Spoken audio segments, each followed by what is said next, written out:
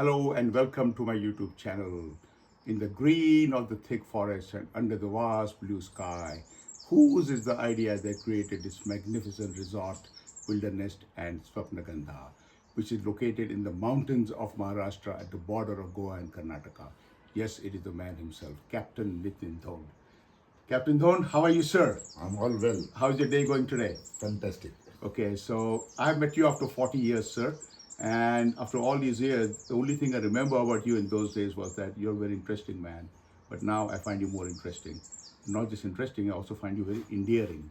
I'm going to call you the mountain man. Thank you. You're set in the middle of a mountain and you look like a mountain man actually. All right, so I want you to tell us about how you achieved this phase of your life and how you've come this far, because I remember you at my marriage. Actually, you were working for the merchant navy, and from that time on we lost touch, where I was being informed of what you were doing, but not after I have come here. I've realized that you have gone places and you accomplished something which was unthinkable. So I want you to describe in your own words your journey and how you started and what various experiences you had and what is your end game in this process. Take it away, my friend. Yes. To start with, I was born in Belgaum in 1957, a small town. And I studied in Marathi medium because my grandfather always believed that we must study in the mother tongue. That's a noble thought, yeah. Yeah, he started 100 Marathi schools and 50 Kannada schools at that time. And I was privileged to be a student of his school. He started this school so that, only if the education is improved in India, India will get freedom. And he worked, actually the forest where we are in, all these 150 schools are in this remote region. Incredible. So being from Marathi medium and then always inspired to join Army or Air Force, tried my best with NDA, but due to certain limitations of being in Marathi medium school. Sure. But then I was lucky to get into TS Rajendra. That's again a very competitive examination that you have to pass. And the things changed and I joined Merchant Navy. And this was when you were a teenager, I understand. This is at the age of 19. Wow, We that's joined, incredible. we joined That's Merchant Navy at the incredible. age of 19, and I'm very grateful to the institute, TS Rajendra, where we had trained for Indian Navy as well as for Merchant Navy. Merchant Navy gave us a liberty financially, because coming from a middle class family to dream big and to make money in a good manner, Merchant Navy was a very lucrative career at that time. And I was lucky enough that I joined, and my first ship was a tanker, so I was branded as a tanker man. Then I had an opportunity to work with international companies like Mobil, where our tanker expertise was further honed. And later, when Reliance, the Indian oil giant, started, they were constructing a plant at Hazira, and I was given an opportunity to be the chief officer of a first Indian LPG ship. That was the Ethiopian ship, and that changed the ways. Now, among the merchant navy, apex of a career is to command a LPG ship. Absolutely. And why is that? It's because it carries Yeah, some... it requires a very, very high specialization. Sure. It requires technology, it requires proper thinking, management, and decision making, because you are carrying explosive cargo. Sure. It's a lot of pressure, I Yeah, understand. So during this time when I was on leave, when I used to be on leave, that I had liking for this forest. So parallel to my profession, I have been working in this particular area. And I have a friend called Rajendra Kelkar who stays down here in the Keri. And our group at that time was working to form this Madai as a Madai Wildlife Sanctuary, this region. It's called as Madai because it's a river. Sure. It's a river which flows down the mountain, and the basin of this river are these mountains. Actually, the river originates in this mountain. It took us 10 years from 1989 to 1999 to form Madai Wildlife Sanctuary. Then during 94, our group started working to form the Bhimgad Wildlife Sanctuary, that is on the Karnataka side. Because we felt that this forest must be protected as a wildlife sanctuary. Otherwise, this forest will fall prey to anti-forest activities, including mining and real estate, monoculture plantation. Sure. Like all other areas in this are facing the same problem. During that, when we were forming these wildlife sanctuaries and when the information and data was coming out, this was a patch of land, very patch of land where we are, was privately owned forest by the villagers in Maharashtra. So one side you have a Bhimgad Wildlife Sanctuary in Karnataka, one side we had already got Mahadev Wildlife Sanctuary of Goa, but this was a very important patch of land which is an important wildlife corridor to connect the three forests of Goa, forest of Karnataka, forest of Maharashtra.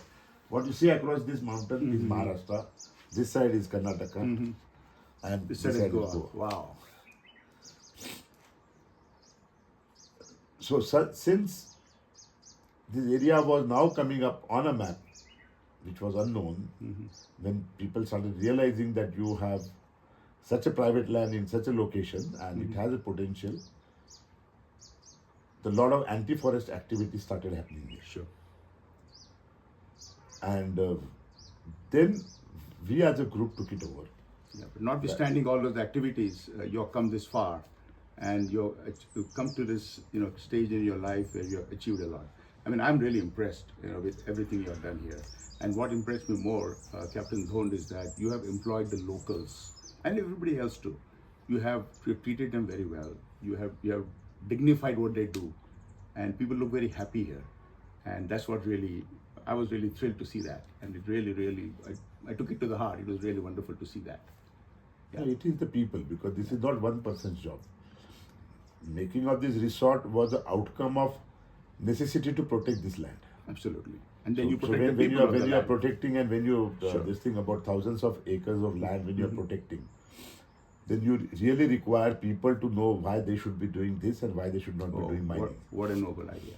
Fantastic. And one of the main questions when we used to go to villages and try to convince them that don't do monoculture, don't do mining, don't have a quarry, the main question they would ask back is, what about the employment of our children? What is our future? So one of the prime responsibility came when they started giving us the land for protection, is to secure jobs and future for their children. Which you're done. And the revenue should go back to the village. So whoever you see who are employed here are from the villages which are surrounding villages.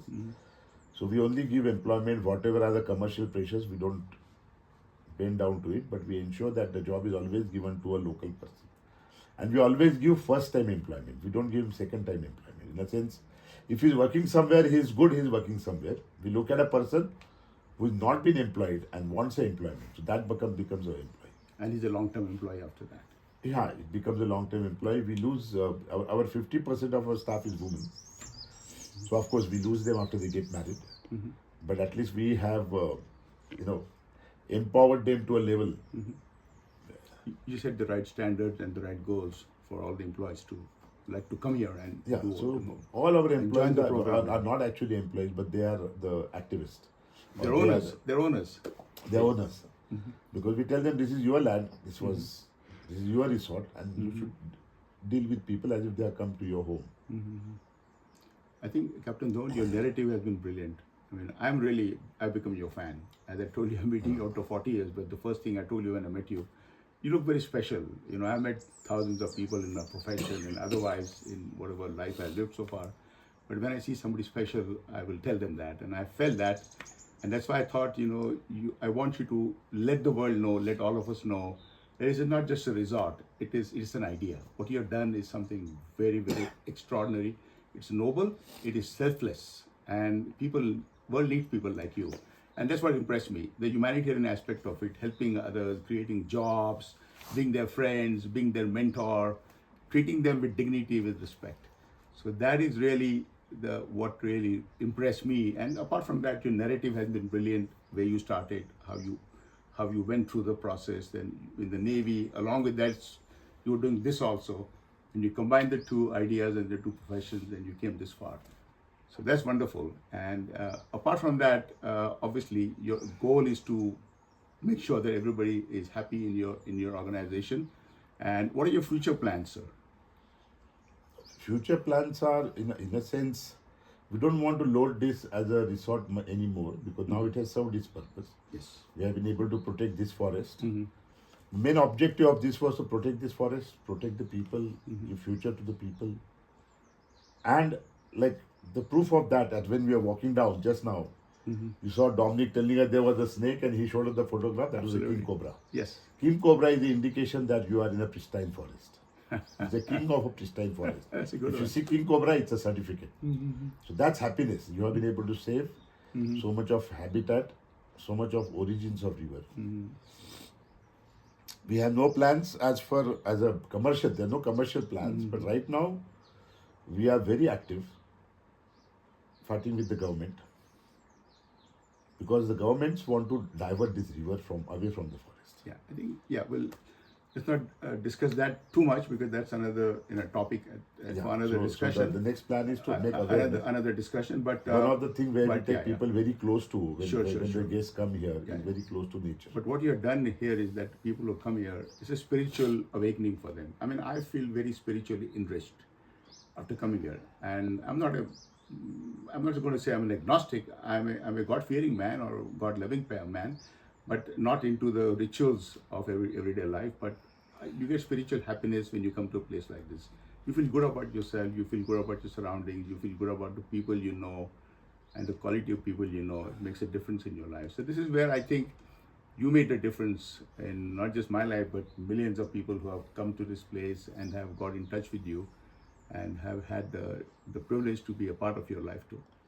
So is there anything else you would like to let us know? I know you're a busy man, and we'll do part 2 of this, God willing. And but these two aspects of your life, I wouldn't say career, your journey of life, has really impressed me.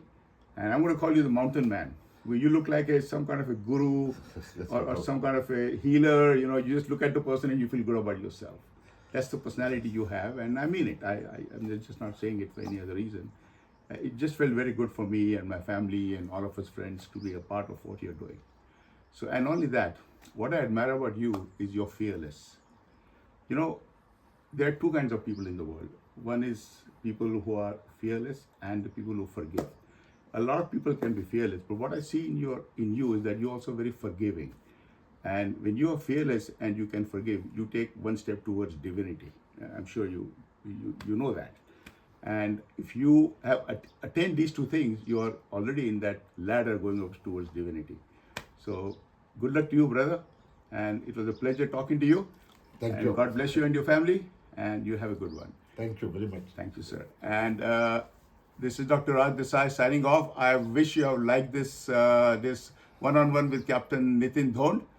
It was my privilege, and I'm sure some of you who are interested in this kind of discussions will do more of them. And it was really my privilege, and I'm very happy doing this particular podcast. So please share and subscribe. This is Dr. Raj Desai signing off. Have a good one.